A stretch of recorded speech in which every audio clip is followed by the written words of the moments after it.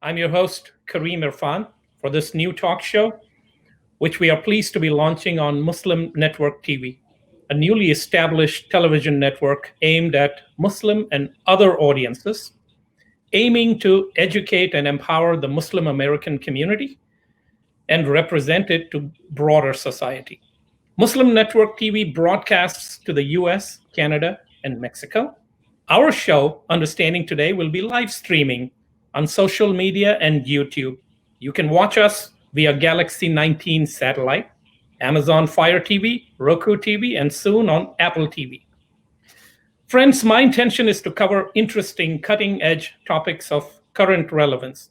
A range of arenas will be addressed over coming episodes: social, economic, legal, high tech, business management, strategy, leadership, activism. And I'd love to hear from you, your comments, your suggestions on episode topics and guests that you wish to see.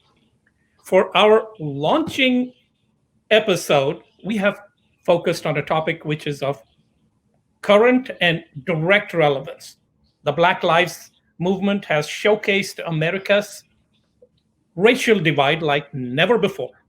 Policing violence has come under the microscope. Calls for defunding, disbanding of the police, radical changes in leadership are rampant. What we need to do is understand what is happening. And that is the crux of our discussion today, focusing on collaborative policing in a divided society. So as we get on with it, you will be pleased to hear from one of the most recognized, most active experts in this field around the country. We are privileged to have with us Mr. David Dial, Chief David, as I would like to call him. He's currently the Director of Criminal Justice at Aurora University. And he's got an illustrative background with about 6 decades of committed work in the policing arena, and most of it in visionary activities in collaborative, community-oriented policing. He started out with service on the Lakewood, Colorado Police Department. He ended up as the assistant police chief there before he signed on to the Naperville, Illinois Police Department as their chief after a nationwide search. And he ended up serving there for 22 years, building upon his past service of 17 years at the Lakewood Department. In terms of his education, he's got his Master of Public Administration from the University of Colorado. He's got his Master's of Homeland Security and Defense degree from the U.S. Naval Postgraduate School. And he backs it up with some serious leadership responsibilities. He's a past president of the DuPage Chiefs of Police Association, the past chair of the DuPage Metropolitan Enforcement Group, board member of the Illinois Terrorism Task Force, and he currently serves on the Suburban Law Enforcement Homeland Security Advisory Council in DuPage County. So he's got his academic credentials, he's got his on-the-ground credentials, he's got his leadership credentials, and I am privileged and pleased and honored to have on our inaugural show the wonderful Chief Dial. Chief Dial, welcome. Well, thank you very much, Kareem. It's great to be here and great to see you. I haven't seen you in a while, and it's good to be with you again, even if we're separated. It's great. Hey, we are practicing our best in terms of social distancing, COVID precautions. And if need be, I'm sure both of us would put on masks too, right? Yeah, we certainly would. I would be a mask wearer, but right now it's great to be here. I heard you say parts of 6 decades, and it made me sound very old. A young 6 decades of experience. David, we've got a lot to be talking about. Okay. But what I wanted to do was start off with a focus on your getting into the police force, first of all. Because one thing I've learned in all of my research, my engagement, and I've been doing this with you and others for the last 30 decades, there is a cultural aspect to what we are talking about. What do people get into the police department for? What are the values that drive them initially? So take us back to say, somebody of your caliber, so recognized, so much appreciated in terms of focusing on how to serve the community. Why did you get into policing, first of all, and build upon that, please? It started when I grew up in California and did my undergraduate work at San Jose State. And while I was there, I knew that I wanted to be a part of something bigger than me and make a difference in my life and in the community.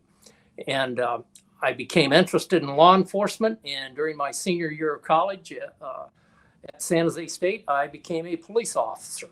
And I quite frankly loved every aspect of it.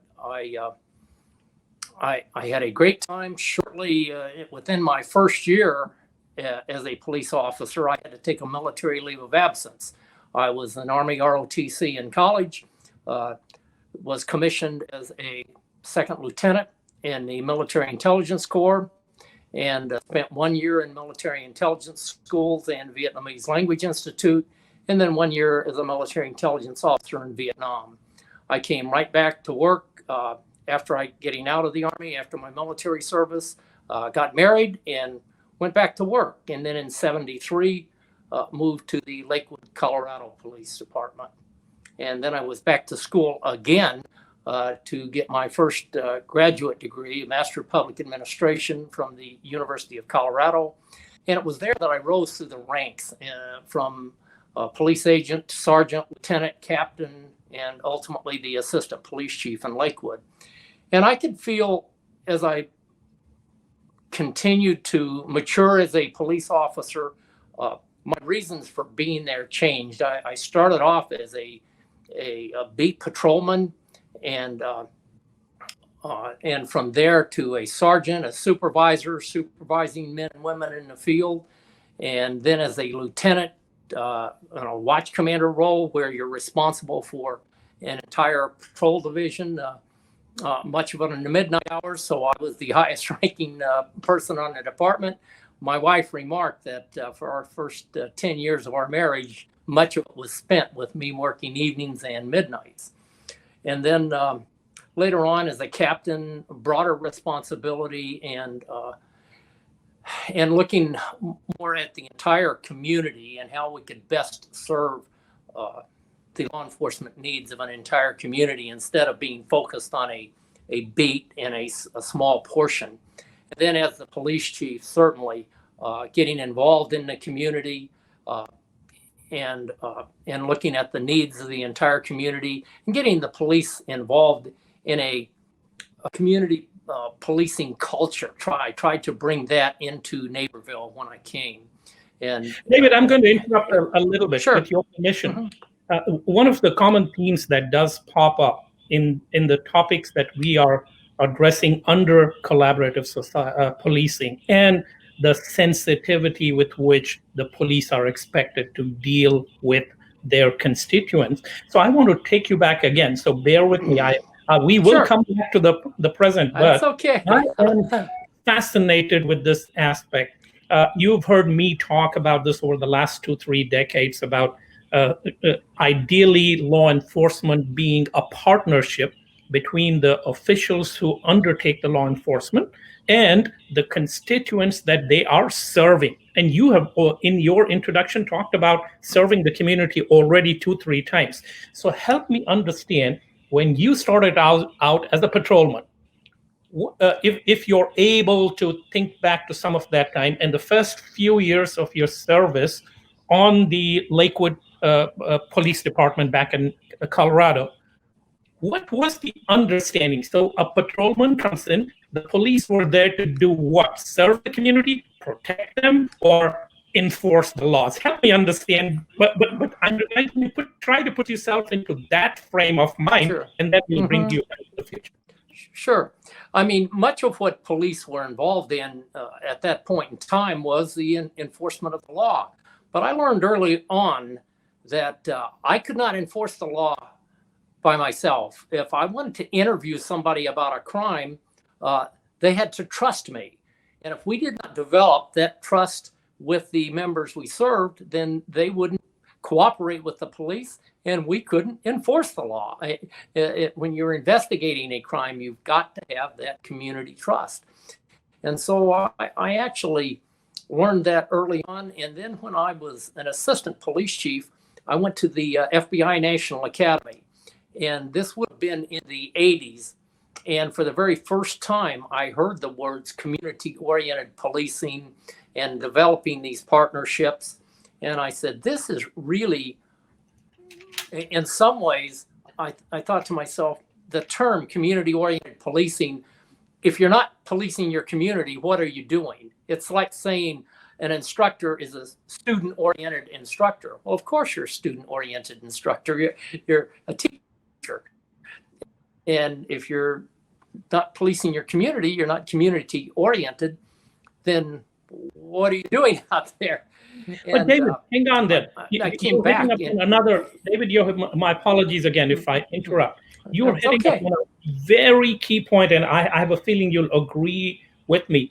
Your expression of community-oriented policing and the analogy to a professor or a teacher with a student-oriented approach, that seems intuitive to you, and I can tell you it's intuitive to me. But clearly, there is a demarcation between that what we assume to be a basic understanding and what seems to be prevalent out there. So you're both now in your most recent professional life, you've been a teacher, you've been a professor. And yes. I've had the privilege of coming and guest speaking at some of your classes.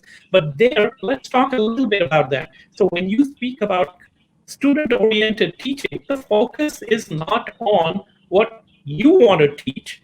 The focus is on what is relevant to the students and how you do have a curriculum, of course, but you present it in a way that is appealing to the students, addresses their concerns, and does it with sensitivity, candor, and building their trust. You with me so far, right? No disagreement.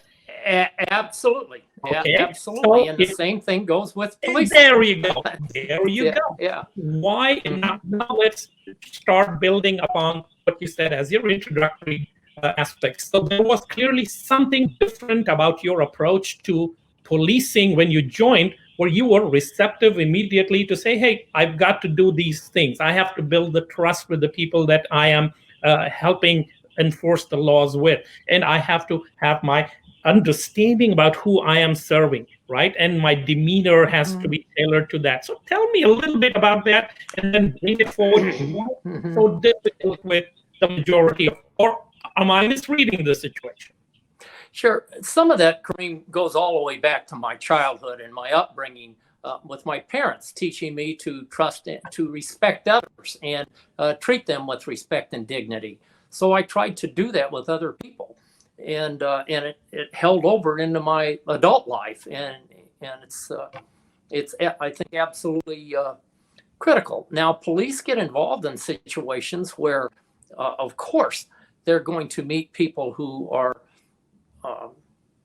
evil from time to time. You're going to meet those in your career. You're going to meet people who mistreat others and who are not cooperative. But by and large, most people really are good people. And the same thing holds true with police officers.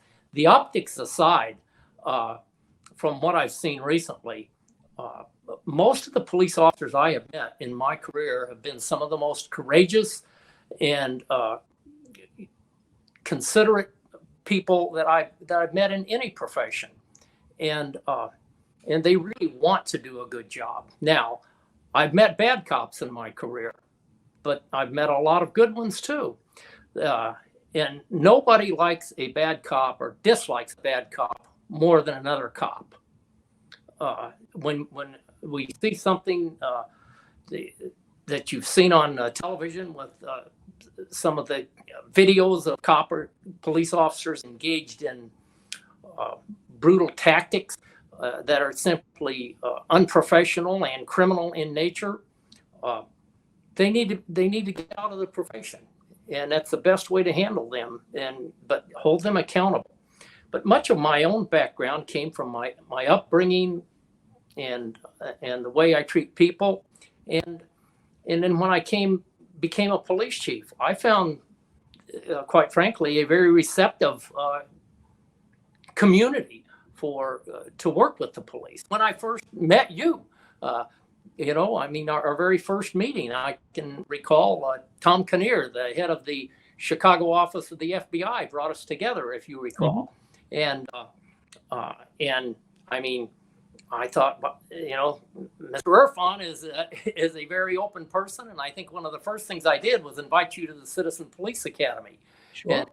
And you came in and learned about policing, and then you invited me to some Islamic functions. And the next thing I knew, I was learning a whole new culture that I didn't know anything about. So I think maybe we both did. You learned about police, and I learned about you. So, the part that I want us to spend a little bit of time, Chief Dial, is on the cultural aspects of it. So allow me to steer the conversation toward what we would, in our business terminology, call the human resources aspect, the HR aspect. So you come in as a rookie back in Lakewood, and you had the upbringing you spoke about. You had the concern, the compassion, the values of serving. So that tells me, when I look at it from the business management perspective, okay, there are going to be certain characteristics that are essential in this profession.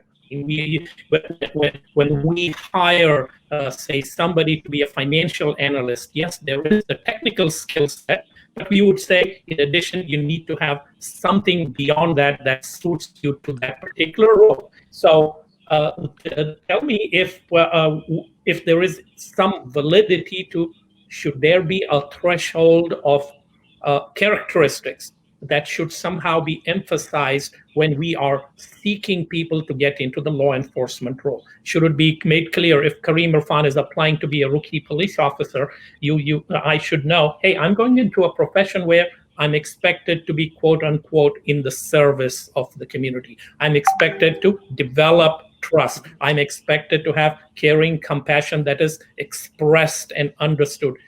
Do you see where I'm heading there? I'm sure it is done, but speak a little bit about it, please, David. There's tremendous effort to get the right people into police departments. When you become a police officer, you, of course, end up taking a written exam and an oral interview and a background investigation, and you undergo a psychological investigation. And not everybody is cut out for policing. And they do hire from the human race. And so once in a while, they're going to make some mistakes. I mean, it's going to happen. Or sometimes people change when they get into the profession. For one reason or another, personal things will happen. And they will change. If people become cynical, and I try to talk to young police officers about this, when you going through your career, be careful that you don't fall into a police cultural thing where you start to believe we're cops and you're not. And I try to have some other interests. You had other friends before you became a cop. Keep them. And they're important. And it's important for you to have outside interests. I mean, I was a cop through and through, but I always had other people outside of the department that I stayed with and communicated with, and it has helped me tremendously throughout my career to be involved with other people. Super. And people. One interjection. As you speak about that, also speak about the need for addressing understanding the community that you, in fact, are policing for. There must have been changes, right? The constituents that you served back in Colorado were much different than when you came to Naperville. And I bet you'll agree with me that over the last 10 years, the constituency has changed. The diversity has rapidly expanded. The faiths that are represented, the sensitivities that you folks need to take into account has changed. How much of a burden should it be on the police officers and the leadership to make sure that everybody understands who they are expected to be engaging? I think it's absolutely the responsibility of the leader of policing to get involved in the community, to understand the community, and if there are changes going on, to understand what those changes are and what the people need. If you don't understand the community, you can't police the community. Yeah, a big part of understanding, like communication, is listening. Listen to what others are saying. Sometimes I think the human brain is almost geared between right and wrong, and black and white, and it's not. It's gray. And when somebody challenges our position or says something different, we tend to tense up and go the opposite way. And instead of moving toward the middle and compromise and understanding, we end up further and further apart. I believe that's the number one challenge to security in America today, on a broad perspective, is the extreme partisanship that we have, and the lack of cooperation between politicians, and trying to pass legislation that is needed for our communities. And it just seems that if one side wants one thing, the other side doesn't want it, regardless of how good it may be for society. And so as a consequence, they don't get anything done. Well, the same thing can happen on a micro scale, and police in the community try to understand what those needs are, and then you can serve them better. Wonderful. I think we are getting closer to the focus of our discussion today. Having set the need to make sure there is a culture that is described for the policing arena, a culture for law enforcement, and the need to define a set of characteristics that are essential somehow beyond what are the quote unquote technical skill sets that are needed, and then the need for the leadership to define the understanding with which the recruits, all of the police officers, all of the law enforcement officers approach their assignments, which is in the service and in the enforcement of laws with the community that they engage. Okay, let's acknowledge that. Now, whether or not that is done, how it can be improved, yes, there are improvements to be done. We will save that for another discussion, David. For today, let's bring it up a little bit to the time that you moved to Naperville. I know you have related this, and it's been published, your conversation with somebody on your force at that time who said, hey, you will like what happens here. You're going to be here forever. Remember that discussion? I do. I recall that. There you go. Tell us a little bit about that, because the longevity that you have had in your experiences and the effectiveness are somehow tied together. Speak a little bit about that. Yeah. Let me just say, I didn't realize how quickly forever would come. I thought it was a long way away, but it does pass. When I came in, I found a community that was an established community with extreme volunteerism among the people in the community, and an openness. And they had me speaking at different functions. I'd speak at the Kiwanis, at the Rotary, speak before the religious communities, and many speaking engagements to talk to people about the community and what was going on in it. And I found myself welcomed, and I took advantage of it. I mean, I came in and took advantage of those opportunities to get to meet with people. And I mean, the quality of life in this community is important to me. I had my family here, and I want a good quality of life for them, just as everybody does. And pretty much everybody wants the same thing. High crime areas, the people who dislike it more than anybody else are the victims who have to live around it.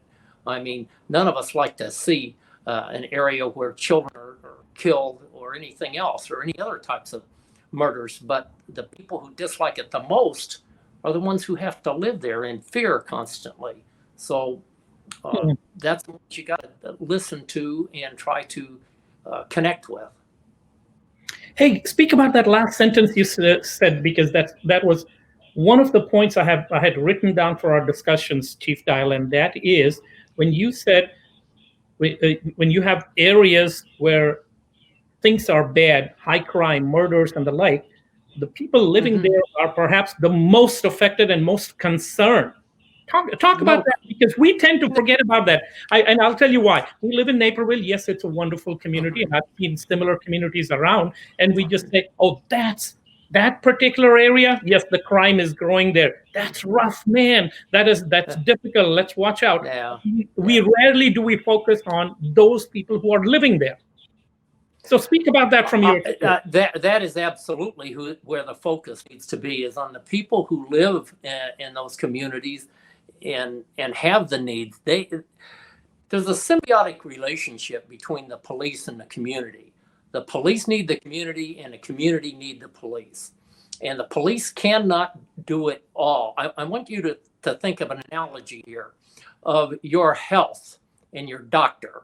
Your doctor can do a lot of things to make you healthy. He can prescribe medicine, he can perform surgery, he can do things to make you healthy, but he can't do it all. He can't change your heredity, he can't change your age, he can't change what you put into your system.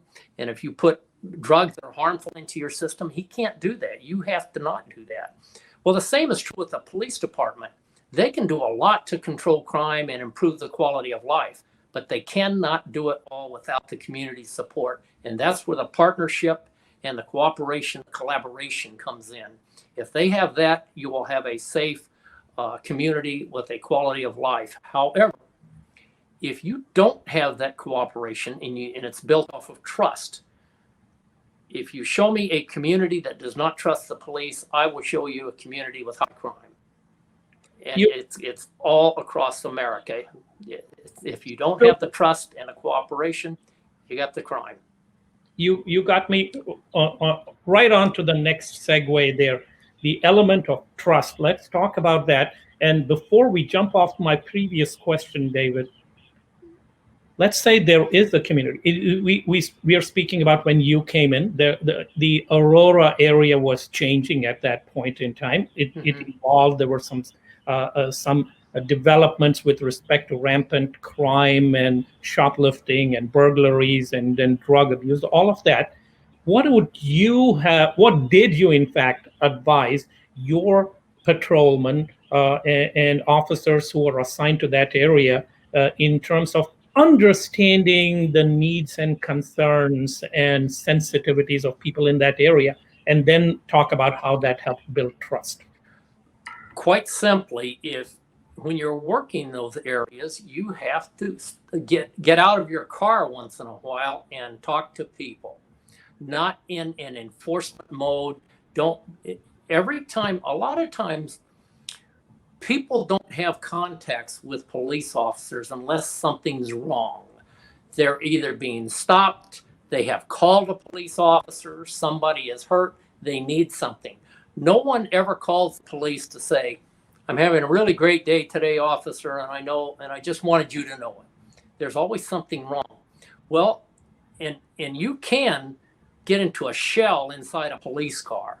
You can put your dark sunglasses on and your windows up and your air conditioner and never see the public, and they don't see you. You have to get out once in a while and talk to people and find out what is going on. And then when something does happen, they'll say, "I remember that officer and I trust that officer." And you can do it in a variety of ways. It can be in homeowner association meetings, it can be in groups. I have talked to people just standing on a corner and met them. And how you doing today? What's going on? It's and just creating a relationship. But When David, you hang do, on. I'm going to push back a little bit. I'm going to push back. All of those are okay. wonderful sentiments. They make sense coming from a person like Chief Dial. I understand that. How does Mhm. the chief make sure that there is a requirement that, let's say, he has 100 officers, that they Mhm. actually get into the mode of doing these things, what are, again, bear with me if I fall back onto my business management or business strategy approach, what are the key performance indicators, as we call it? How do you reflect and measure this culture that you're trying to define? How did you manage that at the Naperville Police Department? You know, it starts with selection, getting the right people in the job, and then training them, supervision, explaining to the supervisors what you want, and having strong supervisors, and holding people accountable, and recognizing good police work when you see it, and giving recognition to those officers who do well. And if they're not doing well, be honest about it. Don't be open communications with the community, with the officers, and the media. And when you hear the word transparency, well, it's important, and let them know how you feel. Most people want to be recognized for doing something well, and they will listen to their leader. If their leader will explain what they want, then it will come through. But if they don't talk about it and they don't work on it, it takes constant work. It's not easy. It's not going to be something I can say at one time and we're done talking about it. It's going to take constant communication. Wonderful. I'm going to push a little bit deeper, if you will allow me. What comes to my mind is in some of my international work in this collaborative policing area, David, there was a conversation that I had with the mayor of Amsterdam as we were talking about how do we help understand better. At that time, their concern was the Muslim communities that they were policing and the possibility of radicalism. And then how do you just engender trust? And one of the aspects that I had brought up there was how do you ensure that if the policemen or policewomen who are assigned to that area, they are actually doing concrete actions that you define for them in terms of visiting the communities, engaging and talking to them, building trust, and then documenting and reporting and following up on that. Because one of the mantras that we live by in the business world, David, is what you cannot measure, you cannot change. So that's why I'm thinking a little bit. What did you do in Naperville? You speak about let's say there is this area of Aurora which is of concern, and you've got 10 policemen that are assigned to that area. How did you make sure they actually were, as you said, not sitting in their cars, going there, doing something before they were required to engage as a policeman? We actually made that part of their annual evaluations. Police officers are evaluated annually. Okay. And we engaged in what we call problem-oriented policing. And we asked the beat officers to identify problems and the solutions to those problems. And then during the next year, work on that particular problem, whatever it may be. The problem is the people here don't trust the police, and there's drugs being sold in the area, and I can't seem to get into finding out who the drug dealers are, and because they won't communicate with me, then there's your problem. Now go about solving it. The next year I'm going to do X, Y, and Z, and tell them what you're going to do, and then document that. If it's not documented, it didn't happen. I mean, you've got to put it in writing, and you've got to put what your goals are. And if something doesn't work, I mean, you may come up with an idea that failed. My idea to do this didn't work. Okay, what's next?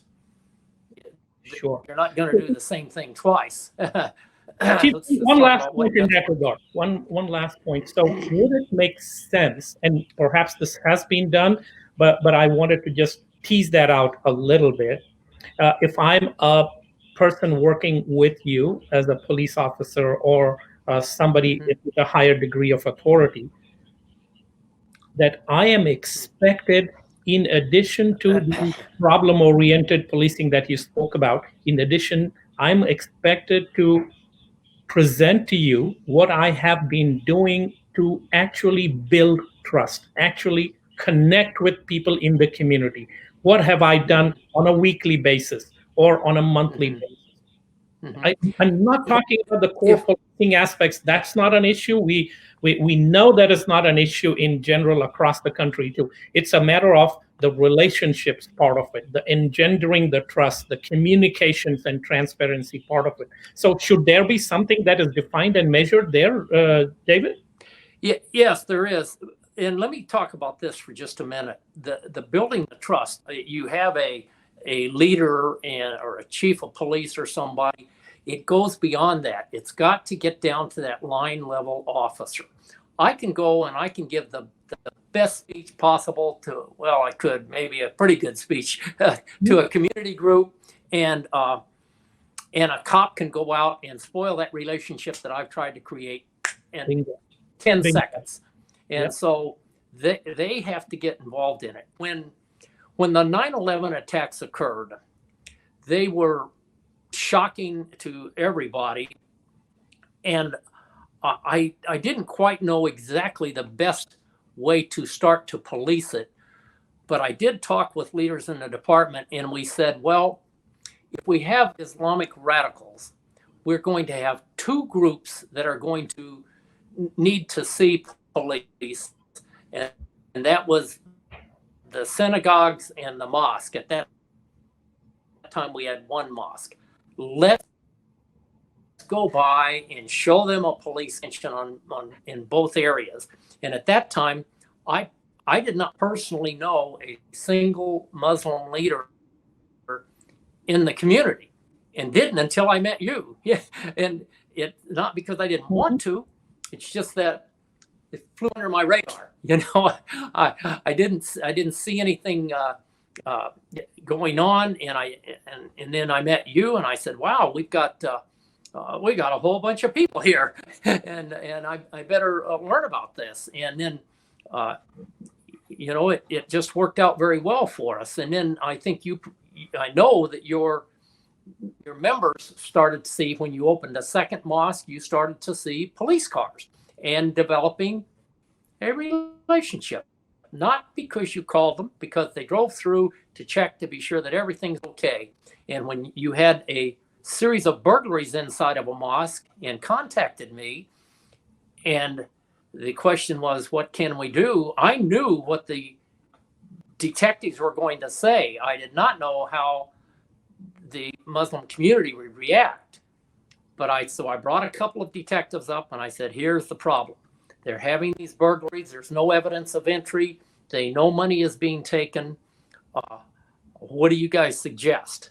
And they said, we want to put cameras inside the mosque. We promise you we will not turn them on until after prayer services end. And we'll watch them throughout the nighttime. And they said, yes. And that resulted in what became the very first night that came. There was a burglary, and we saw people do it at a time. We apprehended them. A short period of time. It was 3 days. Later, we had burglars, and then when I was contacted, who knows more about somebody spreading radical thoughts than members of the Islamic community? You're not going to come to me and tell me about. I mean, the radicals not. But when we had the person coming to Naperville, they came to us and they told us, and I don't know if you remember that or not, but it resulted in very quickly some action by the police, and the person ended up moving to Florida, where he later tried to buy a bomb, and he's now in prison for the rest of his life because he was going to blow up. He did buy a bomb, but it was inert, came from an undercover FBI agent. Sure. But what I'm reminded, nobody will know. David, what I'm reminded of here is the sensitivity, again, with which you had built up the trust. Going back to the time when you were thinking of increasing the patrolling around the mosque in the post 9/11 arena for time frame. Sure. For instance, you were smart enough, you were sensitive enough to realize, even though this was an act of quote unquote goodness from your behalf, but it could potentially be seen as a sense of potential harassment, of increased patrolling. So you reached out to us and we had the Yeah. conversation. And before the cars came, we could tell the community, look, the police is interested in helping us Yeah. out, working with us. So we welcomed you with open arms. So the reason I bring that up is that sense of thinking about the other side, thinking about the stakeholders, who they are and what are their needs, what are their sensitivities is an important element. So keeping that in mind, David, I know we will be running short of time. My goodness, there is so much to be talking about, but I want to bring us to this focus that is going on around the country on the defunding, whatever that means, and whether it is reallocation of resources or reduction of the police force. Let's talk about a little bit of that. And in the time frame, I'm just giving you the heads up. I do want to address this concept of this concern with the inability of police chiefs or the people they report up to in enforcing defined standards which are violated. I mean, when police are. So let's keep the role of unions to come into the place. So today, I do want to make sure in the time we have, we address those. Talk a little bit from your understanding about what you think is going on with defunding and what are your perspectives. Let me kind of cover a couple of things here, and I will get to defunding. Sure. I know that there's I believe an irrational hysteria going on nationally, and there's political pandering to anarchists. But I still believe that most members of the community support their police. And I know it can be demoralizing for the police to hear this, and they start to worry about their jobs. But I think by and large, the people do support their police. And I understand radical thinking and subversive thinking. I understand people who would challenge orderly, civilized communities to exist. But I simply do not understand politicians who are complicit in the effort to undermine the rule of law, and they ignore sedition in this country. And when you let people take over, you tell your police departments, do not enforce the rule of law. I got it. Protest is absolutely American, and people can protest and express their opinions and express them at the polls. But when they start burning down buildings and murdering people, and police officers can't go into communities where they had murders, as in Seattle, I think that's absurd. I just think it's absolutely irrational, and I don't understand it at all. The police officers need political support, and they've got to have it in order to be effective. Now, let's talk about defunding. I think there's too much emphasis on police and maybe not enough on everybody's part on about the issues going on. I think they ought to bring in other partners into this and talk about health, education, parks, recreation, housing, job training, and infrastructure in communities, and attack this problem on a broad basis rather than focusing so narrowly on the police. And I don't think the funding ought to be directed so much at the police as it is the broad funding sources that are necessary to improve the quality of life in the communities. Am I a fan of defunding or doing away with the police? No. No, I support the police, and I do not support bad cops. Don't get me wrong here. I worked for 45 years in that career. I told you I met some really tremendous people. I also saw bad cops as a police chief, as an assistant chief. I have disciplined and I have terminated people who did not deserve to wear that badge. So, but by and large, it does not mean that you ought to give up on the overwhelming majority of them who are out every day doing a job that most people don't want to do, and trying to serve their communities and putting their lives on the line and going home. And trust me, There's nobody who dislikes one of these videos on TV more than a good cop. You think you don't like them? I'm telling you, I hate to see them. And I think you have summarized that very well, Chief. Yeah. Well, the reason I wanted to address that term is, in my personal opinion, that is a term which is so misunderstood and misused, defunding. I think it'll be ideal if it were up to me to just take it out of the discourse, but focus on what is involved with this concept of collaborative policing, where we look at the police as sharing the responsibilities with the stakeholders that they are going to be serving, so that you look at the responsibilities being shared, resources being shared, and decision making also to be shared, because this is a collaboration that necessarily has to be addressed in a multi-sector approach, right? You have to look at the public aspects of it, I think so, aspects and the community aspects. So we have to make sure we bring them together. So in the time that we have left, you did address a little bit of it, David, but talk about the fact that we need, when we speak about policing, there are so many other aspects to it that they cover. The public health aspect, the mental health aspect. You said parks and recreation, of course. The probation aspects. How does the workplace get developed? What is the role of faith-based organizations? All of these are part of the broader concept of policing, right? So somehow they have to be engaged, and then we have to define the problem together. We have to come up with a solution together, and then we have to implement the solution together. What do you think about that? I know it's a mouthful, but I wanted to squeeze that in before we ran. The whole term collaboration implies working together. And if we can't work together, we are not going to have the quality of life that we deserve in our communities. This is a tremendous country.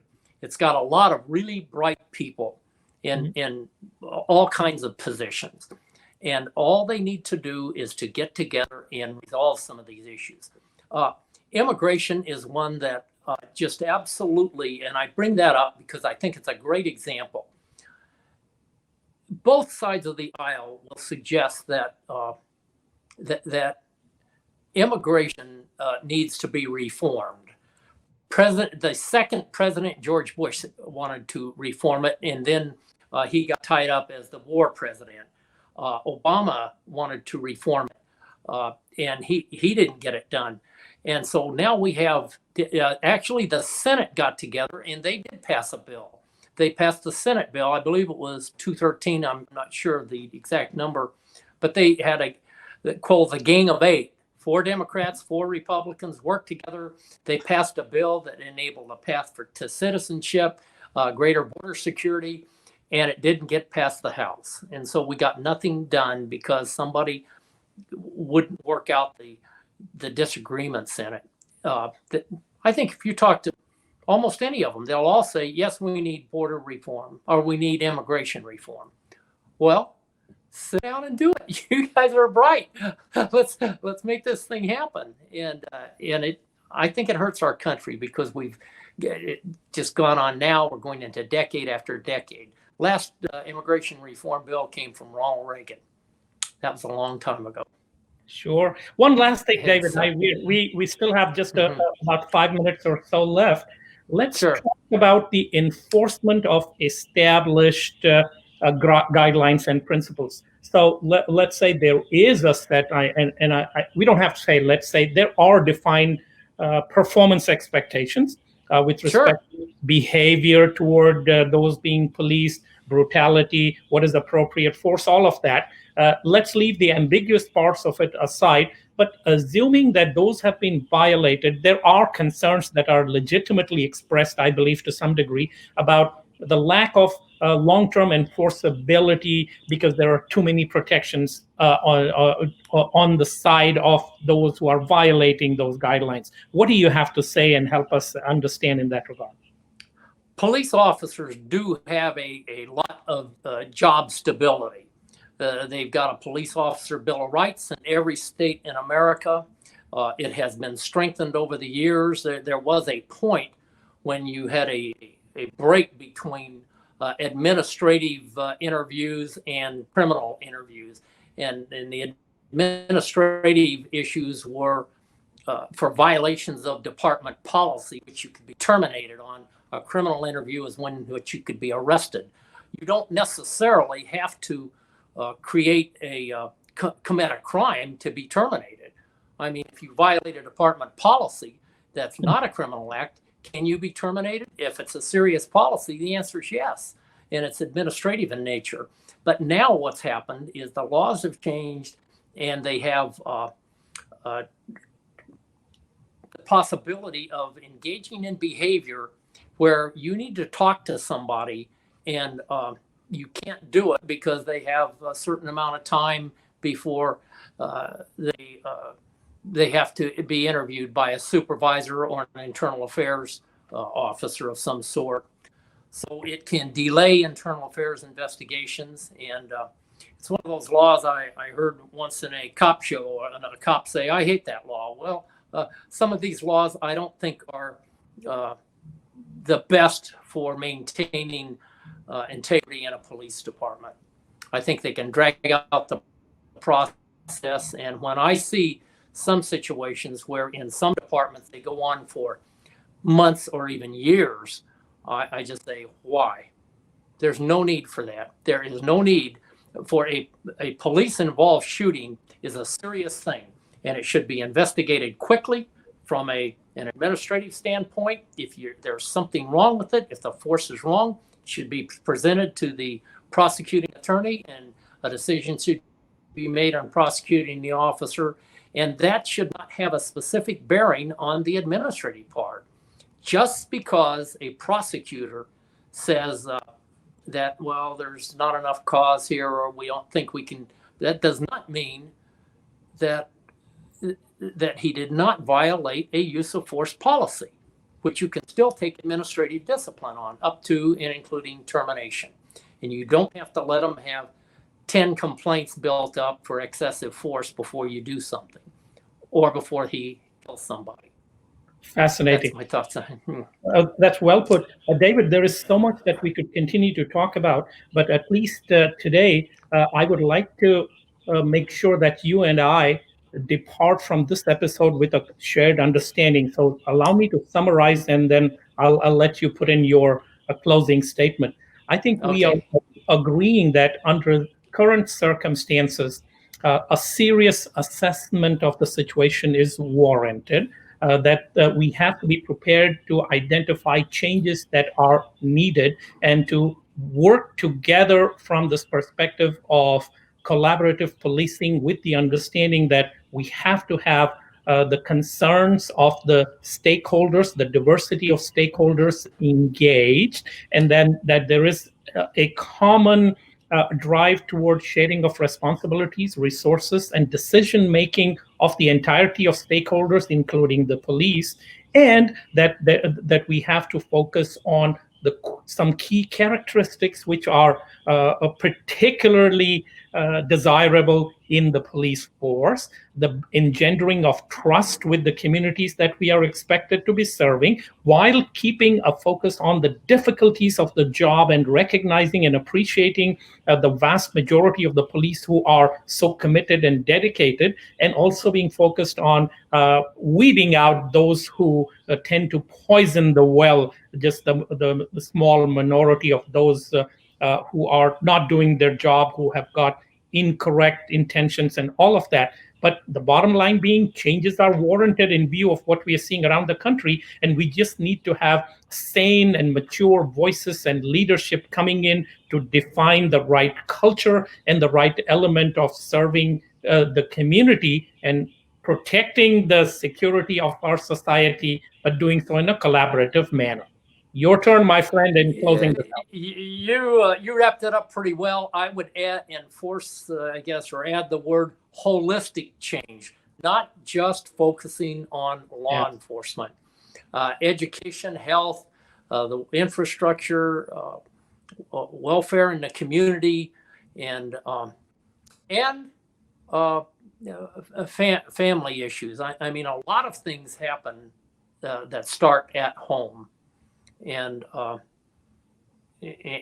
they really do need to think about family responsibilities and things like that, so we don't have ongoing violent crimes that are committed in neighborhoods. Fantastic. Chief Dial, absolute delight to have you with us.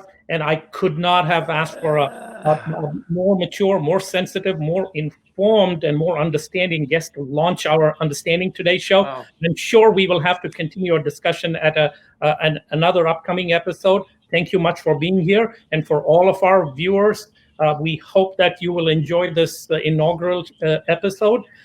Do provide us with your input on specific topics you want us to address, specific guests to be brought aboard. The goal here is, as we spoke about collaborative policing, I want this to be a collaborative, informative, and entertaining exchange for us. I want to thank our producers, Sadiq Abdullah, Miriam Tisdale, and of course, Muslim Network TV for hosting us. Thank you so much for watching, and come back and join us for the next episode. Thank you, folks. Kareem Irfan signing off. Assalamu alaikum. Greetings of peace to all.